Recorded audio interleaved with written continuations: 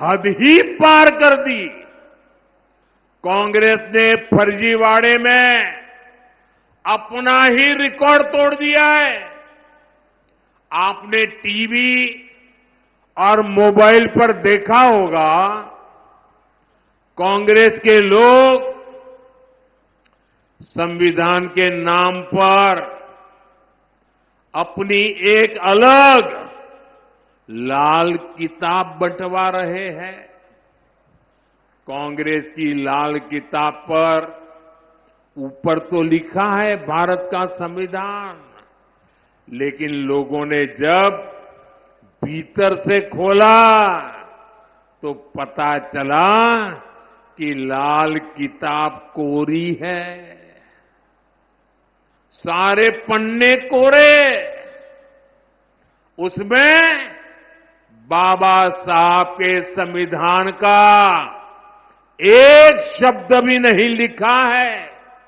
ये उनकी बाबा साहब के प्रति जो नफरत है ना, उसका ये नमूना है। और देख, पूरा देश ये देख करके हैरान है कि चुनाव में इतना झूठा करने की इनकी हिम्मत।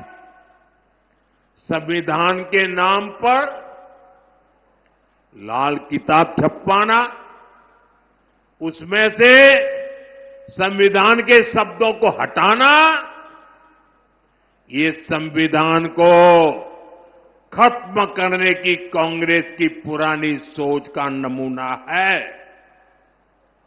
ये कांग्रेस वाले देश में बाबा साहब का नहीं, अपना अलग ही संविधान चलाना चाहते हैं। यही कोशिश इन लोगों ने आपातकाल के दौरान की थी, इमरजेंसी में की थी। अब अपनी अलग किताब छपवाकर ये संविधान का मजाक उड़ा रहे हैं। सच्चाई ये है कि कांग्रेस और उसके साथियों को बाबा साहब के संविधान से नफरत है। साथियों, आजादी के बाद कांग्रेस पार्टी ने बाबा साहब के संविधान के साथ सबसे पहला विश्वासघात कश्मीर में किया था। पूरे देश ने बाबा साहब के संविधान को स्वीकार किया, लेकिन कांग्रेस पार्टी ने आर्टिकल 370 के जरिए कश्मीर में अलग विधान चलाया। कश्मीर में हमारे तिरंगे की जगह अलग झंडा चलाया। कांग्रेस ने जम्मू कश्मीर के दलितों को उनके कोई अधिकार नहीं दिए। कश्मीर इतने दशकों तक आतंकवाद की आग में जलता रहा। कश्मीर में अलगाववाद फलता फूलता रहा। देश को पता भी नहीं चलने दिया। इस देश में 75 साल तक 2 संविधान चले और बाबा साहब के संविधान की बातें करते हैं। क्या बाबा साहब आंबेडकर का संविधान जम्मू कश्मीर में लागू होना चाहिए था कि नहीं होना चाहिए था? उन्होंने नहीं लागू होने दिया। 370 की दीवार बनाई थी। और जब मोदी आया, दशकों के इंतजार के बाद हमने कश्मीर को आर्टिकल 370 की जकड़ से आजाद करवाया। 370 की दीवार को हमेशा हमेशा के लिए जमीन में गाड़ दिया है।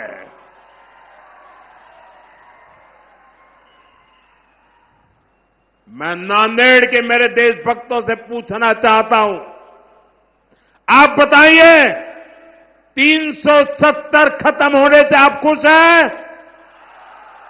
अब 370 मरनी चाहिए कि नहीं मरनी चाहिए? क्या 370 को कभी जिंदा होने देंगे क्या? लेकिन देखिए मेरे नांदेड़ के भाई बहन, कांग्रेस इस फैसले के खिलाफ है। अभी जम्मू कश्मीर में चुनाव हुए थे, वहां कांग्रेस गठबंधन को सरकार बनाने का मौका मिला। सरकार बनाते ही जैसे ही ये लोग विधानसभा में गए, इन्होंने 370 को फिर से लागू करने का प्रस्ताव पास कर दिया। जरा कांग्रेस वालों को पूछिए, ये 370 के पीछे इतना प्यार क्यों है उनको? हमें जम्मू कश्मीर से प्यार है, उन्हें 370 से प्यार है। आप मुझे बताइए, जब से जम्मू कश्मीर से 370 हटा, आप मुझे बताइए वहां आतंकवाद की कमर टूटी कि नहीं टूटी? लाल चौक में तिरंगा फहराया कि नहीं फहराया? लाल चौक में लोगों ने दिवाली मनाई कि नहीं मनाई? वहां अलगाववादी अलग थलग पड़ गए कि नहीं पड़ गए? इतना ही नहीं, कश्मीर में विकास को नई गति मिली है। वहां लोकतंत्र मजबूत हुआ। दलितों को पहली बार आजादी के 75 साल के बाद पहली बार दलितों को उनके अधिकार मिले हैं। लेकिन इससे परेशान कौन हुआ? सबसे ज्यादा परेशान हुआ पाकिस्तान, और दूसरा कांग्रेस और उसके साथी। अब तक पाकिस्तान पूरी दुनिया में घूम घूम कर 370 बहाल करने की मांग कर रहा था। कोई उसकी सुनने वाला नहीं था। लेकिन अब कांग्रेस ने पाकिस्तान का एजेंडा जम्मू कश्मीर विधानसभा के भीतर चला दिया है। क्या कोई भी देशभक्त, कोई भी मेरा मराठी मानुस ऐसी कांग्रेस को माफ कर सकता है क्या? मुझे पूरी ताकत से हाथ ऊपर करके जवाब दीजिए। ऐसी कांग्रेस को माफ कर सकते हैं क्या? ऐसी कांग्रेस को माफ कर सकते हैं क्या? ऐसी कांग्रेस को सजा दोगे कि नहीं दोगे? इस चुनाव में उनको पराजित करोगे कि नहीं करोगे? उनको सबक सिखाओगे कि नहीं सिखाओगे? कांग्रेस वाले जरा देख लो, ये महाराष्ट्र के स्वाभिमानियों की धरती है। महाराष्ट्र ये देश पर मर मिटने वालों की धरती है। जो लोग राजनीति के लिए